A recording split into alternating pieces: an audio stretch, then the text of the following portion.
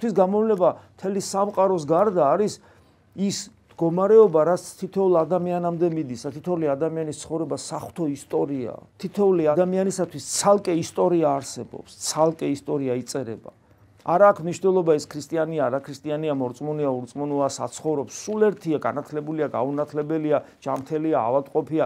თითოეული ადამიანისათვის ცალკე საღვთო ისტორია იწერება ღმერთის მიერ, ისეთი და იმგვარი, რომ მან გაიგოს, ანუ თითოეული იმ კონკრეტული ადამიანის გადარჩენის საჭიროების შესაბამისი საღვთო ისტორია იწერება ღმერთისგან.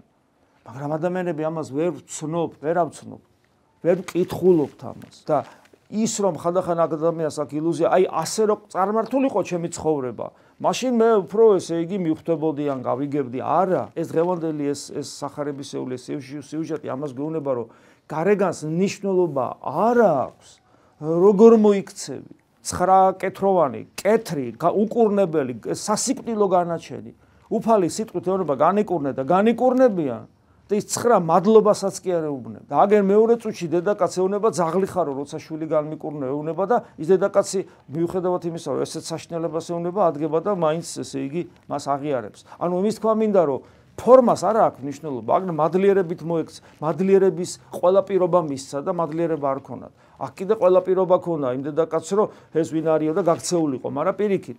ანუ არ აქვს ფორმას მნიშვნელობა. ჩვენი საღვთო ისტორია პირადად თითოეული ადამიანის ზუსტად ისეთია, რომელიც ჩვენ გვჭირდება. და თუ ჩვენ ფიქრობთ, რომ ის სხვანაირი უნდა იყოს, ჩვენ ძალიან ვცდებით. თუ ჩვენსას ვერ ვკითხულობთ სხვა ისტორია, ჩვენ ასეთები ვართ, ასეთები გვჭირდება.